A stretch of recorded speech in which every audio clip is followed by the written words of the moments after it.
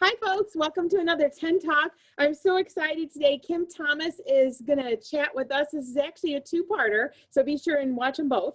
The first one is going to be about her ideas for asynchronous math projects and how to do that remotely, and some apps and tips and ideas of things she's done and how she's brought that to the screen and what kids can do. Kim is a middle school math teacher in Peoria, Illinois. She is also the 2016 Illinois Teacher of the Year. So very excited to hear her great ideas. My name is Nancy Latham. I'm from the University of Illinois Urbana-Champaign. And Kim, I'm really excited because a lot of teachers, you know, the one thing math, they grab their manipulatives, they grab their stuff. So I'm excited to hear how we do that online. Well, I am excited times excited to share my mathlicious ideas because math is the best subject ever. And like all of you, I got thrown into this in March as well. And I was like, what am I going to do? We haven't, I'm very project oriented and wanting them to discover things. I did not want to lose that. So I, like all, you know, everyone else was like, okay, what can I do to really serve my kids? So I came up with ways using the projects that I normally use, but in a virtual way. And trust me, I am not computer savvy, and I was just figuring things out. If I can figure out how to do this, anybody can. I have been teaching for 7 times 4 years. I just started. So I'm always excited to learn new things in this, really, especially for my kids, to make it to where they enjoy learning. So my first one is called, I also have a website that has these activities on it and a book that kind of walks you through it. But my first one is if I had a fraction of your brain. So when we're at school, I would trace all my kids' silhouettes and hand them out, and then they would have to create on their brain different fractions. And of course, they had to figure out how many equaled one whole, so many different fractions, and you can adapt that to any grade level that you teach. And then they had to fill an activity sheet and going through and filling out the things that they like in their brain. And we always love to learn about our kids throughout the entire year. So I'm going to share with you what mine looked like. I took a picture of myself, my silhouette, downloaded it into this Paint 3D app from the Microsoft Store, and it allows you to write on here and then break your brain up and then use this spray can paint to spray. And it has different little fun things you can add. And then has a texting where you can, you know, type all this in here about yourself. And then I had them go to Google and cut and paste certain things that represented them. And so then they would put that on their silhouette if I had a fraction of your brain, and I have an activity sheet that went with it, and then they could send it back into me. So I want to share with you the actual app I used, which is this, where you just download yourself on here. And here I already had where you can use all the brushes and erasers, so you can, whoop, well, I didn't mean to erase me, but anyway, that would erase me.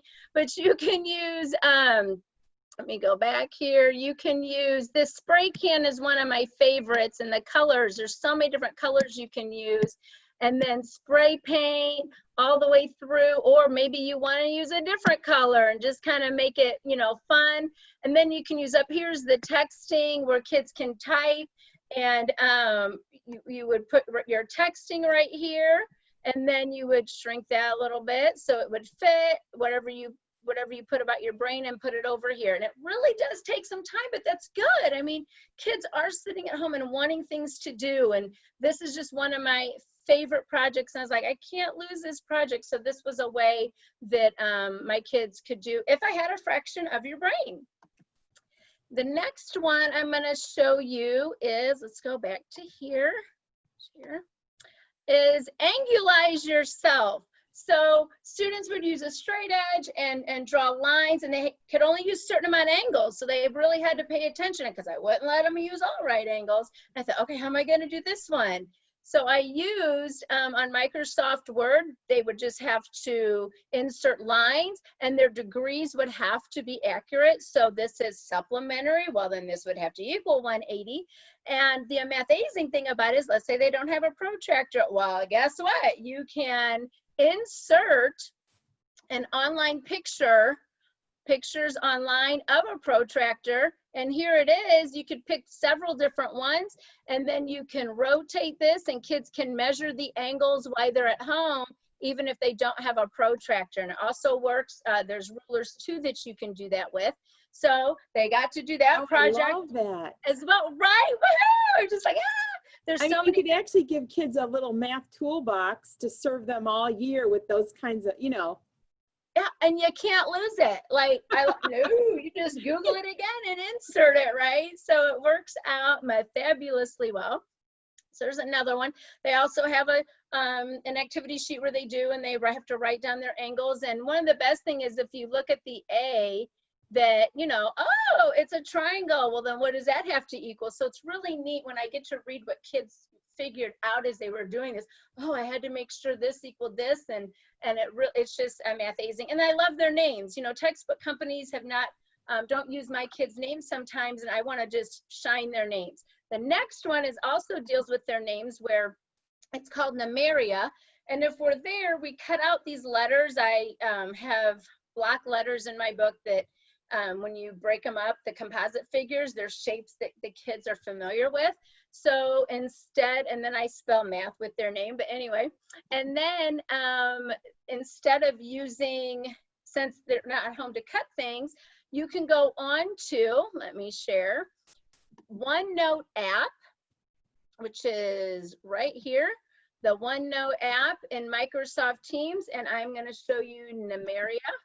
And then teachers can download the centimeter grid paper, whatever they want to use, and whatever a kid, see if you go up here to draw, whatever a kid is going to do here, it saves it automatically. Like, they don't have to save it, it automatically saves. So I drew a T, an H, and then you can have the kids draw their name, and up here it goes ink to shape. If you're drawing shapes and it doesn't look quite right, it'll become the shape. Here's a ruler. You can get on here and just, if you have to draw a straight line, look, it draws the line for you. So I've used this several times too. And then they would scroll down here to the, let me go back to here, the activity sheet under here, where they have to, here it is, where they have to tell me what shapes that their letter created, the dimensions that they need to find area of each of the shapes that they broke that composite figure into. They also have like how many sides. We get to perimeter. My kids could never have enough practice measuring, and they have no excuse because there's a ruler, or if the teacher just wanted to use the centimeters. And then what are the measurements and the perimeter? And you can have them do it with their whole name, or just some of the, some letters in their name. So here's just a very like 2 + 1, but I mean, I have a whole bookload of them that I have figured out how to make it virtual, and the kids just love it because it's, it's not just, a lecture. We're still in Mathlicious land, even though it's virtual. Those are such great ideas, and they're able to actually submit. I mean, you're able to see, so you can still collect, you can still assess, you can still give them feedback. Yeah. Because all three of the things you named are Microsoft compatible. I mean, so you're able to see those. I think those are great. These are wonderful ideas, Kim. I absolutely love them. Please watch, if you're watching this one, we are recording, and we will have a part 2 with Kim, because the next one she's going to talk about, especially concentrating for those of you that really use the Microsoft tools, especially Teams. She's going to talk about her synchronous ideas for add-ons and different things you can use with Teams to really be more consistent for your kiddos and engaging. So watch for that one. Kim, thank you. Thank you. Plus, thank you. Have a great day.